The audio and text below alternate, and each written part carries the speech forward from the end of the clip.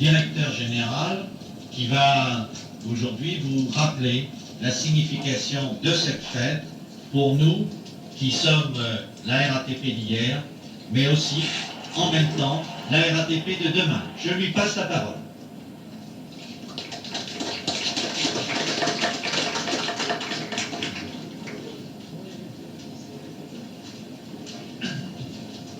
Monsieur le conseiller d'État, représentant le ministre des Transports, Monsieur le Président, Messieurs les maires, Messieurs les élus et les parlementaires, Mesdames, Messieurs, je voudrais surtout dire, chers amis, salut l'artiste, surtout salut les artistes qui sont ici. Tout au long de cette semaine, notre vénérable matériel Sprague a été fêté comme il se devait.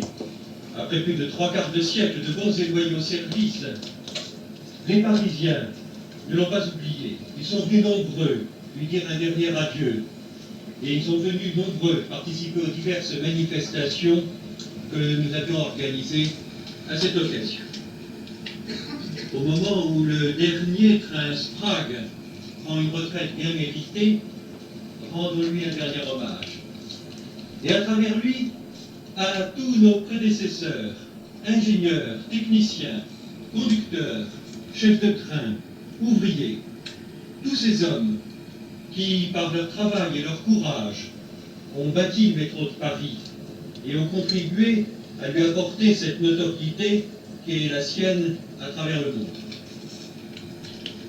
Cette manifestation méritait d'être honorée de la présence de ceux qui ont conçu, qui ont conduit, qui ont accompagné, qui ont entretenu le Sprague pendant toutes ces années de gloire. Vous êtes venus très nombreux, actifs et retraités, et je vous en remercie. Entrez dans l'histoire en circulant sous les voûtes de carrelage blanc, bien typique du métro de Paris, immuable et vieillot dans son habit vert et rouge, conduit par 3 générations successives de conducteurs. Ce matériel aura transporté au total plus de 50 milliards de voyageurs, 12 fois la population du globe. Carrière exceptionnelle, et qui lui a valu l'affection du public, et aujourd'hui un peu de nostalgie, surtout chez ceux qui lui doivent toute leur vie professionnelle et se sentent unis par l'amour du métier, par l'amour de leur outil de travail. Et je pense en particulier à vous tous, les conducteurs, qui, tels les ouvriers compagnons d'autrefois, avaient fait le tour de tous les métiers de l'exploitation avant de prendre vos titres de neuf. Se caler tant bien que mal dans sa loge, contrôler la vitesse de son train à l'estime en l'absence d'indicateur de vitesse, avec la crainte du chef de secteur embusqué au coin d'une niche, et mettez tout son doigté et son expérience à doser l'actionnement du manipulateur et du frein, près de contacteurs et de fusibles non protégés dans un tintamarre permanent. Époque aux conditions de travail parfois précaires qui vit naître à la compagnie du métro de Paris le même esprit cheminot qui anima les hommes de la machine à vapeur et leur donna cette fierté que l'on retrouve dans les grands métiers du transport de personnes. C'est une épopée que nous évoquons ce soir. Au cœur de cette épopée, la création du matériel Sprague reste trop méconnue et souvent éclipsée par celle du métro, du réseau lui-même, dont chacun connaît le père. Fulgence bienvenue. Pourtant, à l'aube du XXe siècle, l'Américain Frank Julian Sprague fut l'un des pionniers de l'électricité et fit passer en moins de 20 ans le monde des transports de l'ère de la bougie au métro du XXe siècle. Très tôt, le matériel qui avait été mis en service le 19 juillet 1900 se révèle inadapté. Il est remplacé dès 1902 par des motrices doubles, mais l'incendie de Couronne en 1903 montre les dangers de ce type de matériel et il marque un tournant. c'est finalement la rencontre entre les conceptions de Sprague et les découvertes de la compagnie Thomson, compagnie toujours aussi vivante aujourd'hui et qui est représentée dans cette manifestation de ce soir. Ce sont les découvertes de Sprague et de la compagnie Thomson qui débouchent sur ce matériel remarquable, conçu en 1906, mis en service en 1908, et qui n'allait plus subir de modifications importantes jusqu'en 1950.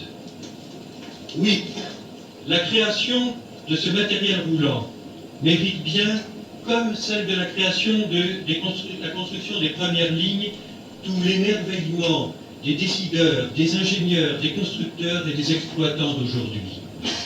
Il fallut, chez chacun de ces pionniers, une audace, une rigueur, une passion du métier, une foi dans la technique, telle qu'à chaque étape, on n'hésita pas à affronter le redoutable école de l'exploitation en prenant des risques qui aujourd'hui paraîtraient inconsidérés. Ces hommes nous ont montré le chemin de la simplicité, de la robustesse, de la fiabilité, magnifiquement démontré lors des événements exceptionnels, comme l'exposition coloniale en 1931, comme la période de l'occupation et de l'immédiate après-guerre. Devenu alors pratiquement le seul moyen de transport des Parisiens, le métro réussit la performance de continuer à circuler normalement, malgré les surcharges, malgré la limitation obligée de l'entretien, malgré les bombardements.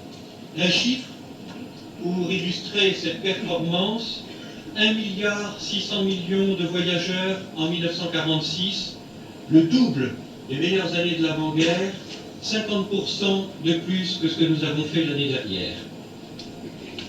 Pour les conducteurs et les chefs de train, pour les hommes chargés de l'entretien, pour tous les responsables de la compagnie du métro qui allait bientôt devenir la RATP, pour tous ces hommes qui ont rivalisé d'ingéniosité, qui ont déployé tant d'amour, je dirais même tant de passion pour le service public, cette période historique s'inscrit comme une grande page, à la limite des prouesses que les hommes et les matériels pouvaient assumer. Elle les honore, elle a valeur d'exemple pour nous aujourd'hui. La difficulté fut franchie parce que le matériel avait été conçu pour durer et résister, mais aussi parce que les promoteurs du métro avaient su voir grand dès le départ.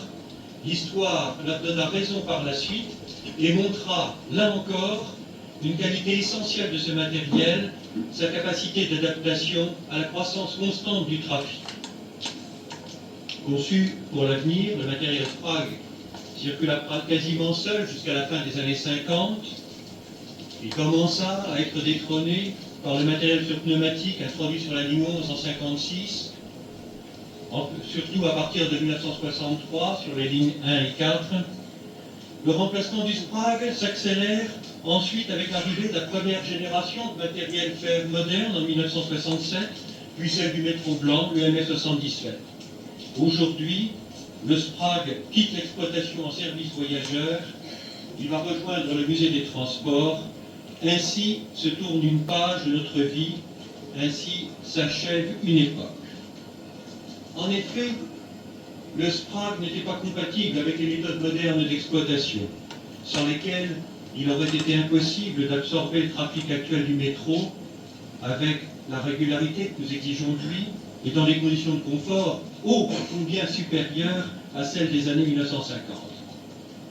Frank Julian Sprague et les ingénieurs de la Thomson seraient aujourd'hui les premiers à promouvoir les technologies nouvelles, car la modernisation du métro constitue une mutation indispensable que bien des réseaux étrangers envient aujourd'hui à Paris. Suppression des tâches pénibles, meilleure organisation du poste de travail, confort sans commune mesure pour les voyageurs et pour le personnel, sécurité considérablement améliorée, la mutation du métro s'imposait. Elle a profité à tous, et c'est pourquoi je me suis tellement attaché, alors que j'étais directeur du réseau ferré, en même temps que je préparais le développement du réseau RER, dans la perspective de son interconnexion avec le réseau de banlieue SNCF. Maintenant, l'avenir. L'avenir